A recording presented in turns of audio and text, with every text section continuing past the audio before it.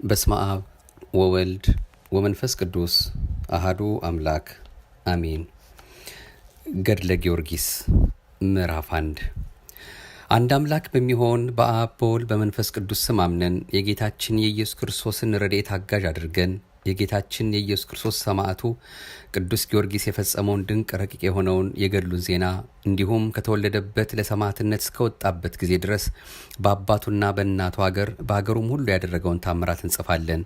ጸሎቱ በረከቱ ከእኛ ከሁላችንም ከአገልጋዮቹ ሕዝበ ክርስቲያን ጋር ይሁን ለዘላለሙ አሜን። የእግዚአብሔር ልጆች የክርስቲያን ወገኖች ሆይ የየብስና የባህር ፀሐይ የተርሴስና የቤሩት ኮከብ የፋርስና የልዳ ፀሐይ ስለ ጌታችን ስለ ኢየሱስ ክርስቶስ ሰማዕት የሆነውን የቅዱስ ጊዮርጊስን ጥንተ ሙላዱን እንንገራችሁ ስሙ። የገላትያ አውራጃ የምትሆን በእንቆራ አገር ኤጲስቆጶስነት የተሾመው አባ ቴዎዶጦስ ሚያዝያ በሚባል ወር በ23 ቀን ሰማዕትነቱን የፈጸመውን የኃያሉን የቅዱስ ጊዮርጊስን ገድል ለማስረዳት ደግሞም ትውልዱን የአባቱንና የእናቱን አገር የወገኑን ደግነት የተጋድሎውን ጽናት ስለ እርሷ መከራ የተቀበለላት መንግሥተ ሰማያትን ማግኘቱን በየሀገሩ በየመንደሩ በጌታችን በኢየሱስ ክርስቶስ ስም ተአምራትና ድንቅ ሥራ ሲሰራ መኖሩን ለመግለጥ የደረሰው ድርሳን ይህ ነው። ይህ የቅዱስ ጊዮርጊስን የገድሉን ዜና የተናገረው አባታችን ቅዱስ ቴዎዶጦስ ስለ ቀናች ሃይማኖት በኒቅያ ከተሰበሰቡት ከ318 አባቶቻችን አንዱ ነው። እግዚአብሔርን የሚወድ ንጉሥ ቴዎዶሲዮስም በእግዚአብሔር ቸርነት ለኃያሉ ለቅዱስ ጊዮርጊስ ስለተሰጠው ክብር ያያትን ታላቅ ራእይ ይናገር ነበር። ክርስቶሳውያን ወንድሞቻችን ሆይ የከበረ በብዙ የተጋደለ የሰማዕታት አለቃቸው ኃያል ጽኑ የሚሆን ዛሬ የሞቱን መታሰቢያ የምናከብርለት የሰማዕቱን የቅዱስ ጊዮርጊስን ብዙ ገድሉን ልንነግራችሁ ይገባናል። መድኃኒት የምትሆን የክርስቶስ የመከራው ተካፋይ ለመሆን ይጠራ ዘንድ በስጋውም የክርስቶስን መከራ ይቀበል ዘንድ የአምላክ ፍቅር በልቦናው በነደደችበት ጊዜ ፈሪያ እግዚአብሔርን በሰውነቱ ባደረች ጊዜ በንጹሕ ልብ በታላቅ ትዕግስት በብዙ ትጋት የክርስቶስን መከራ መስቀሉን ይሸከም ዘንድ ስለተዘጋጀላት ስለ ጸናች ሃይማኖቱ በሰው ዘንድ የተወደደ በእግዚአብሔር ዘንድ የተመረጠ ሆኖ የተገኘ እርሱ ነው። እግዚአብሔርን ለማገልገል ስለ አንድ ቅንጣት 30፣ 60፣ 100 እጥፍ ክብር የምታሰጥ ፍሬ ሃይማኖት ይህች ናት። እርሱ በፈቃዱ ብቻ ብዙ ገንዘቡን ወንዶችና ሴቶች አገልጋዮቹን ያለውን ሀብቱን ተድላ ደስታውን ሁሉ ንቆ በሕገ ልቦና የአምላኩን ቃል ሰምቶ መስቀሉን ተሸክሞ ጌታውን ኢየሱስ ክርስቶስን ተከትሎታልና። ስለዚህ ቁርጥ ቃል በመናገር ኢየሱስ ክርስቶስ ካንተ በፊት ከነበሩ ካንተም በኋላ እስከ ዓለም ፍጻሜ ከሚነሱ ሰማዕታት ሁሉ የሚመስልህ የለም ያለው ይህ ቅዱስ ጊዮርጊስ በቅን ታዛዥነቱ ደግ ክብርን ከእግዚአብሔር አገኘ። እርሱም በመንፈስ ቅዱስ ፍቅር የበረታ ነው። ለነፍሳችን ጥቅም የሚሆኑትን ብዙ ምግባራት ለመፈጸም ሁልጊዜ በትጋት ትሩፋትን ይሰራ ነበር። ይልቁንም እግዚአብሔር የሚወደውን ይሰራ ነበር። ነፍስን ከሚጎዱ ሀሳቦች ሁሉ እየራቀ የዚህን ዓለም ከንቱ ስራዎች ከማየት ተለይቶ ዘወትር እግዚአብሔርን ያገለግል ነበር። እነዚህም የዓለም ስራዎች ፈጥነው የሚያልፉ የሚጠፉ ናቸው። ስለዚህም ይህ ኃያል ሰማዕት ብፁዕ ጳውሎስ ከዓለም ተለይታችሁ ከክርስቶስ ጋር ከሆናችሁ ምድራዊውን ያይደለ በአበሪና ያለው ክርስቶስ ያለበት ምድራዊውን ያይደለ በአበሪና ያለው ክርስቶስ ያለበትን ሰማያዊውን አገር ሹ ፈልጉ ያለውን አስቦ ሰማያዊ ስራን መረጠ። ይህ የከበረ የተመረጠ በእውነት ንጹሕ የሆነ ኃያል ቅዱስ ጊዮርጊስ የአባቱን ሹመት የእናቱን የወገኑን ታላቅነት የመስፍንነቱን ክብር አልፈለገም። ክብሩንም ቢሆን እኛ ኃጣን ዓለምን ብዕሉንም እንወዳለን፣ በመጨረሻ ከምናገኘው ክብርም እንመርጣታለን። እርሱን ግን የሥጋ ጉልምስና አላሸነፈችውም። ይህ መንፈሳዊ ጀግና የጽድቅ ፀሐይ ኃያል ጊዮርጊስ በልቦናው መርምሮ ሕሊናውን ገዛ፣ ሰማያዊ ተስፋውን መረጠ። ስለዚህ የምድር ነገስታት ያዘጋጁለትን አክሊልና የሚገባውን ክብር እንደ ጉድፍ ወደ ኋላ ጣላቸው። የሥጋ ፈቃድ አላሸነፈችውም። ከወርቁ ከጨርቁ በማንኛውም ፍቅር አልተሳሳተም። ነፍሱም አምልኮተ እግዚአብሔርን የቀና ሐሳቡን ፍጹም ሃይማኖቱን እግዚአብሔርን ለማገልገል የጀመረውን ገድሉን ለመተው አላዘነበለችም። የእግዚአብሔር ቸርነት ትረዳው ነበርና ፈሪያ እግዚአብሔርም ተጠብቀው ነበርና በሥራ ሁሉ እንዳይሰነካከል እግዚአብሔር እንደ ጽኑ አምባ ይጠብቀው ነበር። ስለዚህም የስደት ዘመን በመጣ ጊዜ ይህ ብፁዕ ኃያል ጊዮርጊስ በፍጹም ልቡ መከራውን ለመቀበል አላወላወለም። እግዚአብሔርም ወደ ገድል በጠራው ጊዜ ቅዱስ ጊዮርጊስ ወደ ገድል ለመሄድ ደስ አለው። ራሱ ወዶ ስራውን አፋጠነ። መናፍቃን መከራ በሚያጠኑበት ጊዜ በሚያጸኑበት ጊዜ ሁሉ በጠላቶች ላይ ኃይልን ይጨምር ነበር። አላውያን ነገሥታትንም ድል ነስቶ ለዘላለም የማይጠፋ አክሊል የመንግሥተ ሰማያትን ክብርና ልዕልና ከታመነ ወዳጁ ከንጹሐ ባሕሪ ኢየሱስ ክርስቶስ ተቀበለ። ይህንም ክብር የተቀበለ እርሱ ብቻ አይደለም፣ ወደ እግዚአብሔር ያቀርቡት ዘንድ ሲጋደል በኖረባቸው በእነዚህ በ7 ዓመታት በትምህርቱ ያመኑ ብዙ ነፍሳትም አክሊልን አግኝተዋል እንጂ። ዳግመኛ እግዚአብሔር የሰጠውን ክብርና ልዕልና እንነግራችኋለን። የጊዮርጊስን ዜና እነግራችሁ ዘንድ ሕሊናዬ ግድ ይቀሰቅሰኛልና ልቤም እጅግ ደስ ይለዋል። የዚህ የሚያበራ መብራት ዛሬ በመላው ዓለም በዓል የሚያደርጉለት የታላቁን የኃያሉ የቅዱስ ጊዮርጊስን ክብር እነግራችሁ ዘንድ ፈጽሞ ያተጋኛልና ጌታችን ኢየሱስ ክርስቶስ በመሐላ ቃሉን ያጸናለት ይህ ነው፣ እንዲህ ሲል እኔ በራሴ በቸር አባቴ በመንፈስ ቅዱስ እምላለሁ ከሴቶች ልጆች ከዮሐንስ መጥምቅ የሚበልጥ እንዳልተነሳ እንዲሁም በሰማዕታት ማኅበር መካከል ለዘለዓለሙ አንተን የሚመስልህ የሚተካከልህ የለም። በመንግስቴ አንተ ትበልጣለህ እንጂ ጊዮርጊስ የልዑል እግዚአብሔር ወዳጅ ትባላለህ። ወንድሞቼ እኔ ግን አሁን የገናናውን የታላቁን የኃያሉን የብርቱን ኮከብ ሥራ ከጥንት ጀምሮ ልነግራችሁ ፈራለሁ። ክብሩን ለመናገር የአእምሮዬን ሕጸጽ የሕሊናዬን ደካማነትን ያውቀዋለሁና የከበረችውን ገድሉን ከፍ ያለችውንም ክብሩን አስተካክዬ መናገር አይቻለኝም። ነገር ግን እግዚአብሔር ብርሃነ ረድኤቱን ይልክልኝ ዘንድ በትዕግስት እጠብቃለሁ።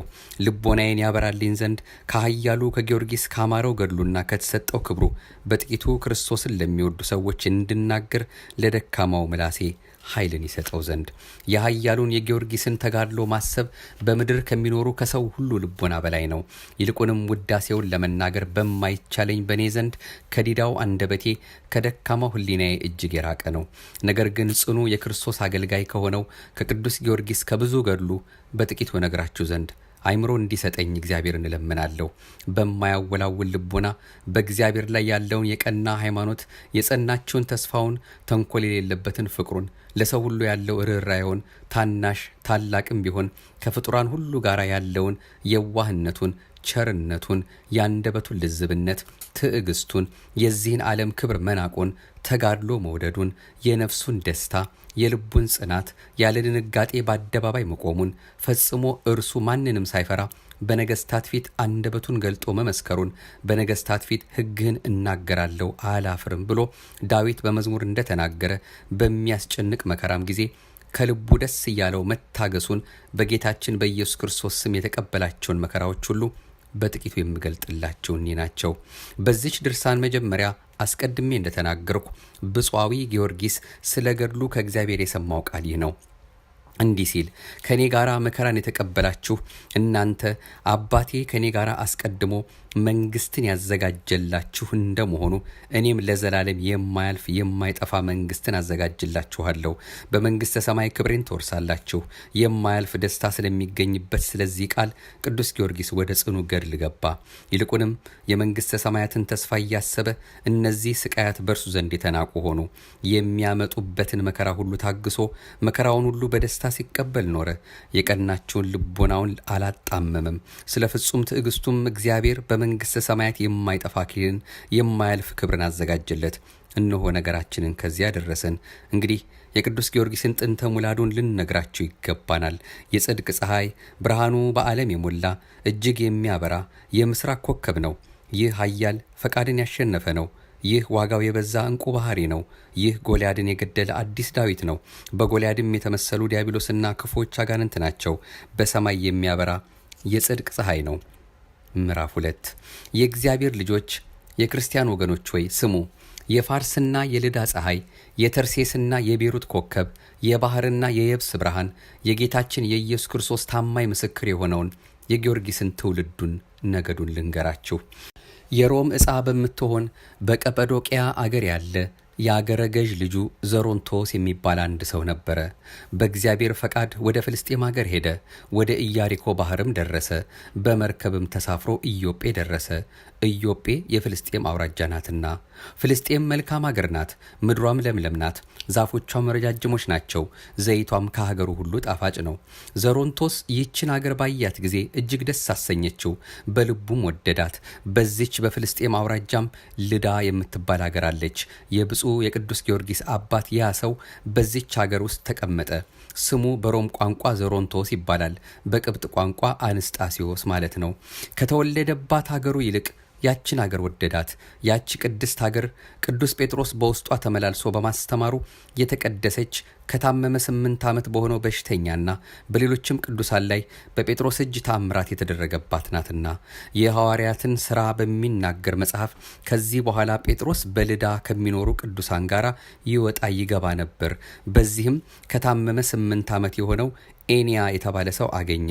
ጴጥሮስም ኤንያን ጌታችን ኢየሱስ ክርስቶስ ይቅር ብሎሃል፣ ተነሳና አልጋህን ተሸክመ ሂድ አለው።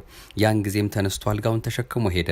በልዳና በሲዶና የነበሩም እርሱን አይተው ወደ እግዚአብሔር ተመለሱ የሚል እንደተጻፈ። ስለዚህ ዘሮንቶስ በልዳ ሀገር ሊኖር ወደደ። የእግዚአብሔር ፈቃድ በዚች ሀገር እንዲኖር አድርገዋለችና ወደ መንግሥተ ሰማያት ለሚሄዱ የምልክት ኮከብ፣ የክብር ኮከብ፣ የደስታ ኮከብ በክርስቶስ ስም የተጋደሉ የሕግ ከዋክብት ወደ መንግሥተ ሰማያት እስኪገቡ መሪ የሆናቸው ብፁዕ ጊዮርጊስ በዚያ ይወለድ ዘንድ ስሙ ዘሮንቶስ የተባለው አንስጣሲዮስ ከክቡራን መኳንንት ከታላላቆች መሳፍንት አንዱ ሆነ። ሸም በተባለች ቦታ ተሾመ። ሮምላ በተባለች ሀገርም ኖረ። በዚያም ተቀመጠ። በዚያ ወራት ጋላስና ጋሪስ ነግሰው አንዱ በሮም አንዱ በአንጾኪያ ይኖሩ ነበር። የቅዱስ ጊዮርጊስ አባት አንስጣሲዮስም በወርቅ በብር ባለጸጋ ሆነ። ንጉሥ ጋላስም ብዙ ዘመን በቂሳሪያ አገር ላይ መስፍን አድርጎት ነበር። የፍልስጤም ዕፃ ከምትሆን ዲያስ ከተባለች ሀገር በጽር ቋንቋ አቅሌሲያ የምትባል ሚስት አገባ። በቅብጥ ቋንቋ ቴዎብስታ፣ በግዕዝ ቤተ ክርስቲያን ማለት ነው።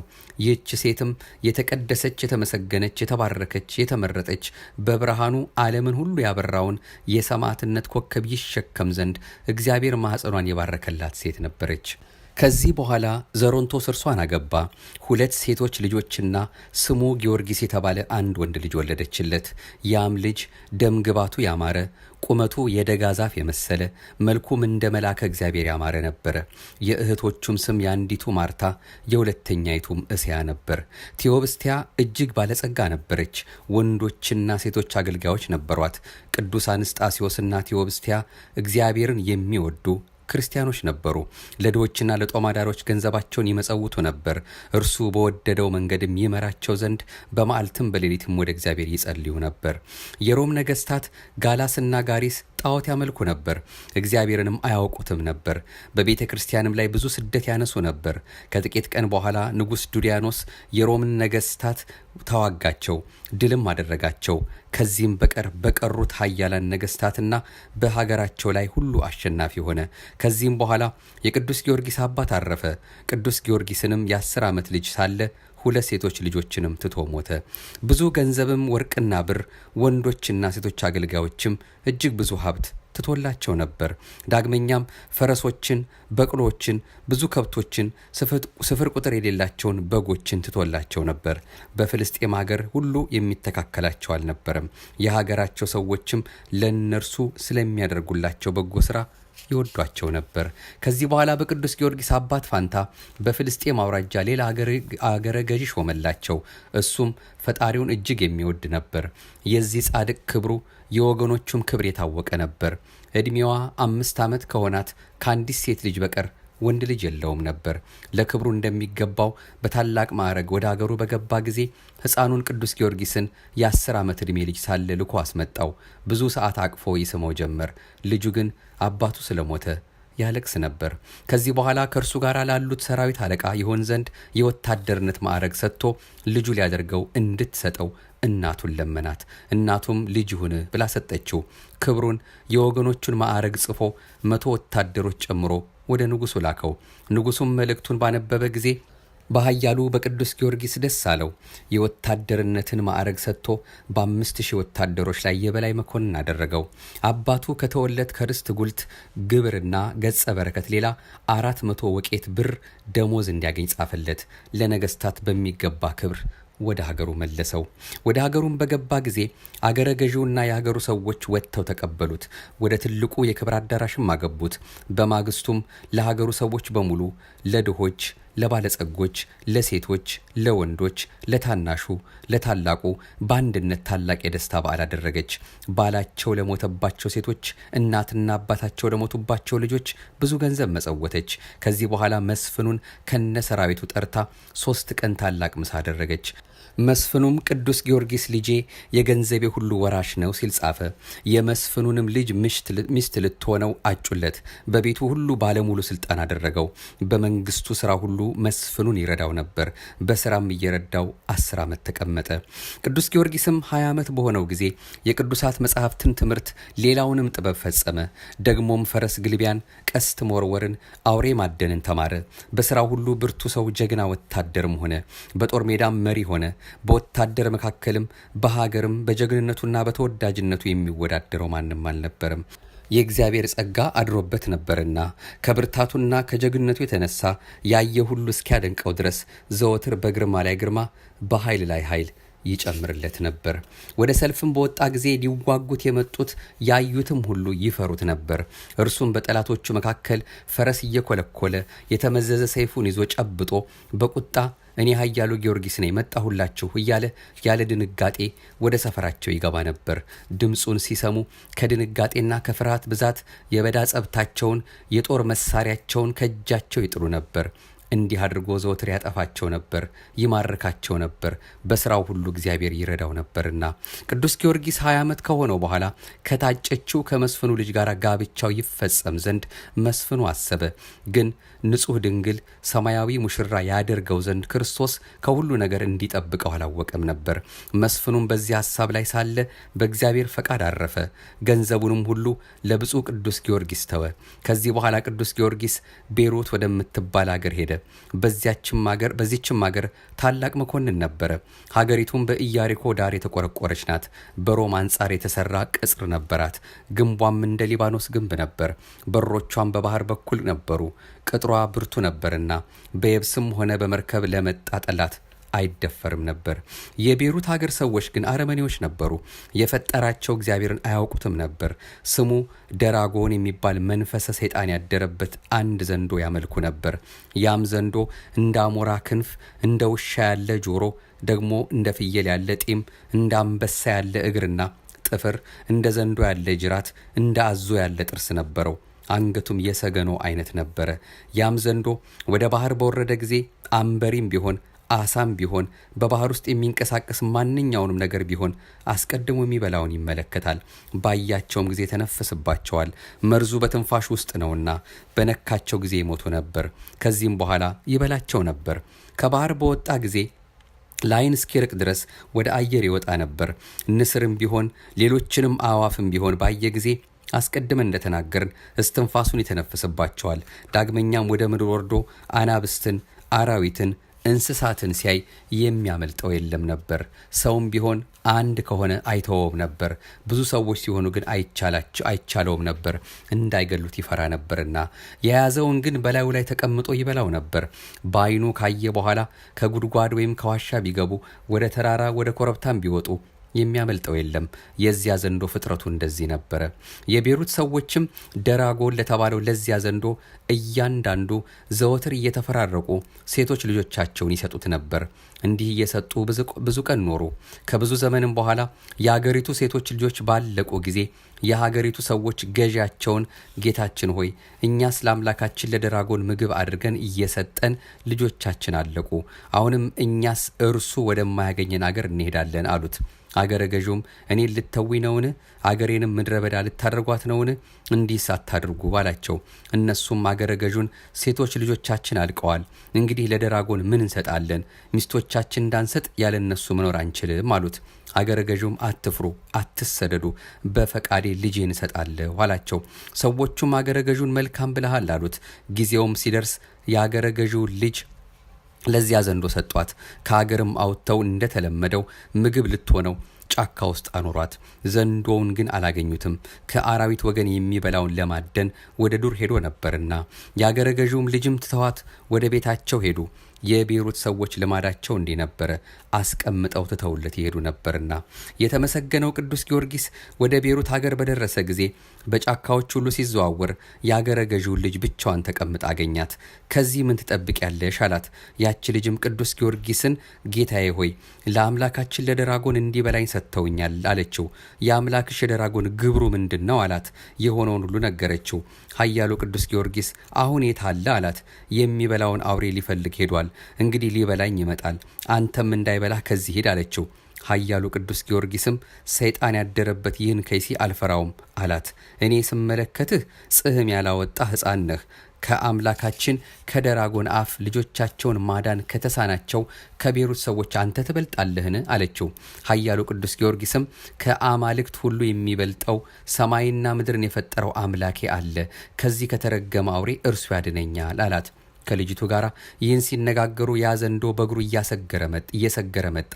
ኃያሉን ቅዱስ ጊዮርጊስንም ባየው ጊዜ አንገቱን መዘዘ፣ ምላሱንም አውለበለበ። በእርሱ ላይ ሊወረወር ትንፋሹንም ሊተነፍስበት ወደደ። በእግዚአብሔር ፈቃድ የመጣ መንፈስ ቅዱስ ያደረበት ንዑድ ክቡር ጊዮርጊስ ግን ከዘንዶ ቁጣ የተነሳ አልደነገጠም። በሥላሴ ስም በመስቀል ምልክት አማተበበት እንጂ። ያን ጊዜም ኃይሉ ደከመ፣ መርዙም ጠፋ። ኃያሉ ቅዱስ ጊዮርጊስ ከአምባ ላይ ፈረሱ ወረደ።